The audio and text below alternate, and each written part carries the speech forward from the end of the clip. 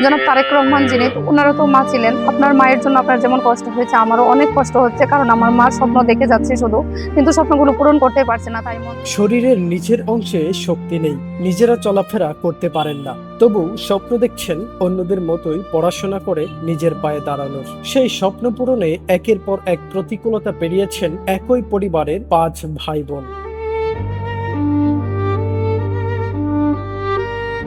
তাদের বাবা মরহুম আলী ছিলেন প্রতিবন্ধী, এখন তার 5 সন্তানও শারীরিক প্রতিবন্ধী, কিন্তু শারীরিক সীমাবদ্ধতা তাদের শিক্ষার পথে বাধা হয়ে দাঁড়াতে পারেনি।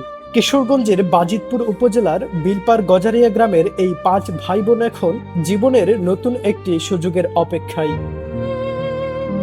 5 ভাই বোনের মধ্যে বড় সুজন মিয়া হিসাব বিজ্ঞান বিভাগে কিশোরগঞ্জ সরকারি গুরুদয়াল কলেজ থেকে স্নাতকোত্তর সম্পন্ন করেছেন। তার ছোট বোন মার্জিয়া বেগম ব্যবস্থাপনা বিভাগে বাজিতপুর সরকারি কলেজ থেকে স্নাতক শেষ করেছেন। আরেক বোন জোহরা বেগম সমাজকর্ম বিভাগে প্রথম বর্ষে পড়ছেন। মুক্তা আক্তার উচ্চ মাধ্যমিক পরীক্ষা দিয়েছেন। সবার ছোট পান্না আক্তার পড়ছেন 10ম শ্রেণীতে। পরিবারটির সদস্যরা জানান, ছোটবেলা থেকেই জীবন ছিল নানা সীমাবদ্ধতায় ঘেরা। অন্যদের মতো স্বাভাবিকভাবে চলাফেরা করতে না পারলেও পড়াশোনার প্রতি তাদের প্রবল আগ্রহ ছিল।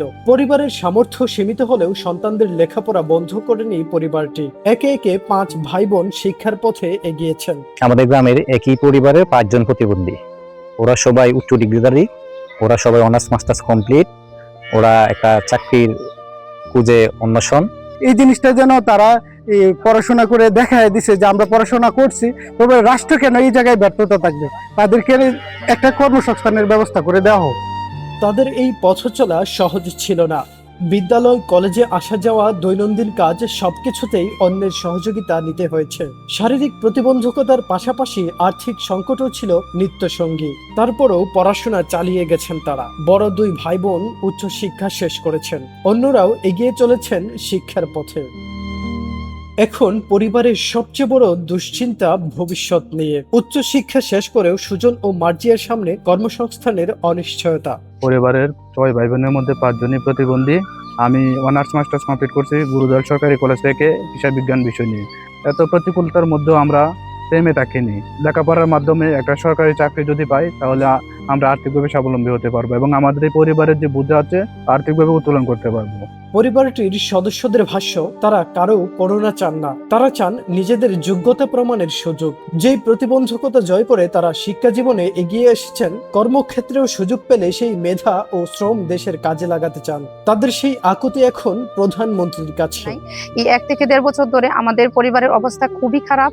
আমরা অনেক কষ্টে পড়াশোনা করেছি যে একটা চাকরি বাকরি করব এবং এই দেশের বোঝা না হয়ে সম্পদে পরিণত হব, কিন্তু আজ পর্যন্ত আমরা, বিশেষ করে আমি, আমার ভাই যেহেতু অনার্স মাস্টার্স কমপ্লিট করেছি, আমরা কেউই এখন পর্যন্ত কোনো চাকরির ব্যবস্থা করতে পারিনি।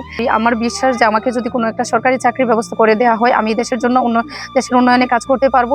আগামী 16ই আগস্ট প্রধানমন্ত্রী তারেক রহমানের কিশোরগঞ্জ সফরকে ঘিরে তাই নতুন করে আশাবাদী পরিবারটি। তাদের চাওয়া প্রধানমন্ত্রীর সঙ্গে কয়েক মিনিট কথা বলার সুযোগ। নিজের জীবন সংগ্রামের কথা তার কাছে তুলে ধরতে চান তারা। পরিবারটি বস্ত্র ও পাট প্রতিমন্ত্রী মোহাম্মদ শরীফুল আলম এবং স্থানীয় সংসদ সদস্য মুজিবুর রহমান ইকবালের সহযোগিতা ও সুদৃষ্টি কামনা করছেন। তাদের প্রত্যাশা, স্থানীয় জনপ্রতিনিধি ও প্রশাসনের উদ্যোগে প্রধানমন্ত্রীর সঙ্গে সাক্ষাতের সুযোগ তৈরি হবে। আপনার মায়ের জন্য আপনার যেমন কষ্ট হয়েছে, আমারও অনেক কষ্ট হচ্ছে, কারণ আমার মার স্বপ্ন দেখে যাচ্ছে শুধু, কিন্তু স্বপ্নগুলো পূরণ করতে পারছে না। তাই মন থেকে উনি অনেক ভেঙে পড়েছেন। তাই আপনার কাছে আকুল আবেদন যে আমার মায়ের স্বপ্ন পূরণ করে দেন, আমার বাবার স্বপ্ন পূরণ করে দেন, আমাদের স্বপ্ন পূরণ করতে সাহায্য করেন, আমাদের যোগ্যতা অনুযায়ী আমাদেরকে একটা চাকরির ব্যবস্থা করে দেন। একই পরিবারের 5 ভাই বোনের এই গল্প কেবল প্রতিবন্ধকতা জয় করে শিক্ষার পথে এগিয়ে যাওয়ার গল্প নয়, এটি রাষ্ট্রের কাছে সুযোগ পাওয়ার আকুতির গল্পও বটে।